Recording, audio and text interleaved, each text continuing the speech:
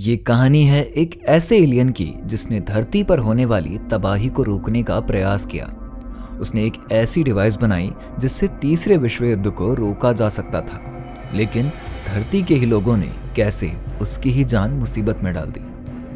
Welcome back to the knowledge is everything channel. दोस्तों, अगर आप इस चैनल पर पहली बार आए हैं ना, तो चैनल को सब्सक्राइब जरूर करें। अब आइए बढ़ते हैं आगे और जानते हैं कि हुआ क्या। जोई के लिए यह अर्थ प्लैनेट काफी नया था, क्योंकि धरती पर चारों तरफ फैली हरियाली, यहाँ का वातावरण उसके लिए काफी अलग था।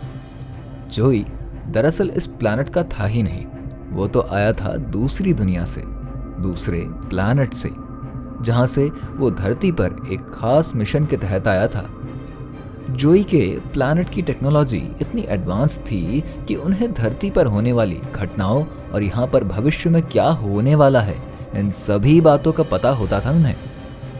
उनके लिए धरती किसी वंडरलैंड की तरह थी, क्योंकि यहाँ का वातावरण, यहाँ के लोग, यहाँ पर होने वाली चीजें हमेशा उनके लिए एक अट्रैक्शन बनी रहती थी। और एक रिसर्च टीम का हिस्सा होने के नाते जोई यहाँ पर आया था, ताकि धरती को भविष्य में थर्ड वॉर जैसी घटना से बचाया जा सके। जोई अपने साथ एक खास तरह की डिवाइस भी लाया था। ये एक ऐसी डिवाइस थी जिसमें कुछ जरूरी डेवलपमेंट करके वर्ल्ड वॉर 3 को रोका जा सकता था, क्योंकि उन्होंने अपने प्लैनेट में से ये देख लिया था कि आने वाले कुछ सालों में धरती पर हर तरफ सिर्फ और सिर्फ लड़ाई और न्यूक्लियर वॉर का हाल होगा। लोग एक दूसरे के जान के प्यासे हो जाएंगे। ऐसे में धरती को इस बड़ी परेशानी से बचाने के लिए ही उन्होंने ये प्लान बनाया था। जोई यहाँ आ तो चुका था, लेकिन अब उसके सामने सबसे बड़ी परेशानी ये थी कि इस डिवाइस को किसे दिया जाए, क्योंकि यहाँ के लोग तो उसके लिए बिल्कुल नए थे। जोई ऐसे ही लोगों को देखते और यहाँ की चीजों को समझते हुए आगे बढ़ रहा था। जोई के पास ये स्पेशल पावर थी कि वो जब चाहे खुद को इनविजिबल और जब चाहे खुद को विजिबल कर सकता था। और अभी तो इनविजिबल होकर ही इधर उधर घूम रहा था। उसे घूमते हुए ही कॉलेज के बाहर बैठा रॉकी दिखा, जो काफी ज्यादा उदास लग रहा था। जोई उसके पास जाता है, लेकिन उसे ये नहीं पता था कि उसे रॉकी से बात कैसे करनी है, क्योंकि उसे तो इंसानों की लैंग्वेज के बारे में कुछ मालूम ही नहीं था। उसने सबसे पहले रॉकी के सामने खुद को विजिबल किया और उसके बगल में जाके बैठ गया। रॉकी ने उससे उसका नाम पूछा और वो कौन है ये भी पूछा, लेकिन कुछ भी समझ ना आने की वजह से जोई ने सिर्फ अपना सर हिलाया और जाते हुए रॉकी के पीछे पीछे चल दिया। रॉकी के पास बैठकर जोई को उसके सेंसेस से ये पता चल गया था कि रॉकी एक कोडर और अच्छा लड़का है। जोई रॉकी के पीछे चलते हुए 10 मीटर की रेंज से रॉकी की बॉडी से उसकी बात करने की लैंग्वेज, उसकी समझ, उसका तरीका, सब कुछ अपने बॉडी फंक्शन में कॉपी कर लेता है और रॉकी से कहता है कि मुझे तुमसे कुछ जरूरी बात करनी है, लेकिन अकेले में। रॉकी उसे एक शांत जगह पर ले जाता है, जहां वो उसे अपने दूसरे प्लैनेट से होने के बारे में बताता है। साथ ही फ्यूचर में अर्थ पर होने वाले थर्ड वर्ल्ड वॉर और उससे पूरी पृथ्वी के नष्ट होने वाले खतरे को भी बताता है। शुरुआत में तो रॉकी को ये सब मजाक सा लग रहा था, लेकिन जब जोई उसे उस डिवाइस की मदद से पृथ्वी पर चारों तरफ हो रहे न्यूक्लियर वॉर और तबाही की वीडियोस दिखाता है ना, तो ये देखकर रॉकी 2 मिनट के लिए शॉक में चला जाता है। लेकिन अब रॉकी सवाल करता है कि मैं ही क्यों और तुम्हें हमारी लैंग्वेज कैसे पता? तुम तो इस प्लैनेट के हो ही नहीं। तब जोई उसे बताता है कि तुम एक बहुत बड़े कोडर हो, इसलिए तुम इस डिवाइस को डीकोड करो और इसमें जरूरी डेवलपमेंट करके थर्ड वर्ल्ड वॉर की घटना को रोको। हमने इस डिवाइस को बनाया है, लेकिन ये कंप्लीट फंक्शन तभी कर पाएगा जब ये पृथ्वी की रेंज में आएगा और इसमें जरूरी बदलाव किए जाएंगे। इसलिए इसे फाइनल एक्टिवेट तुम ही कर सकते हो। और हाँ, तुम्हारी लैंग्वेज मैंने तुम्हारे 10 मीटर की रेंज से पूरी बॉडी सिस्टम को अपने बॉडी फंक्शन में कॉपी करके सीखी है, इसलिए मैं बिल्कुल वैसे ही बोल रहा हूँ जैसा तुम बोल रहे हो। वैसे रॉकी को ये सब थोड़ा अजीब सा जरूर लग रहा था, लेकिन उसने इन बातों को ज्यादा ध्यान नहीं दिया और मेन फोकस अपने काम पर रखना ठीक समझा। रॉकी अभी घर में आकर बैठा ही था कि किसी ने उसके घर का डोर नॉक किया। उसने दरवाज़ा खोला तो देखा सामने 4 लोग खड़े हुए थे। वो कुछ समझ पाता इससे पहले ही लोगों ने उस पर अटैक करके पूरे घर की तलाशी ली, लेकिन अचानक से हुए इस हमले की वजह से जोई खुद को इनविजिबल कर लेता है, जिस वजह से उसे कोई नहीं देख पाता। पूरे घर की तलाशी लेने और कंप्यूटर में तोड़ फोड़ करके वो लोग चले जाते हैं। जोई ने जल्दी से रॉकी के सर पर हाथ रखा, जहां उसके सर पर कुछ रोशनी हुई और वो होश में आ गया।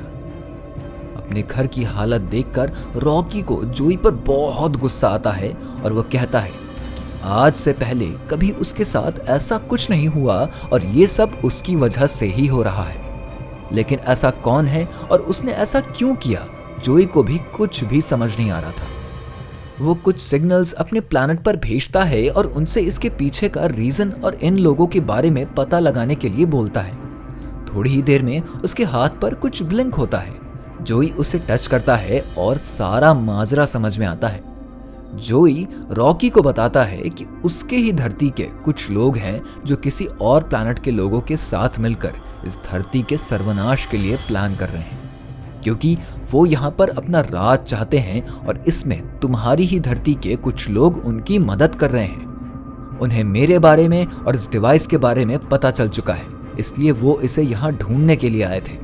लेकिन मैं कैसा दिखता हूँ, मैं कौन हूँ, मेरे पास कैसी डिवाइस है, इसके बारे में उन्हें कुछ नहीं पता, इसलिए वो मुझे देख या समझ नहीं पाए थे।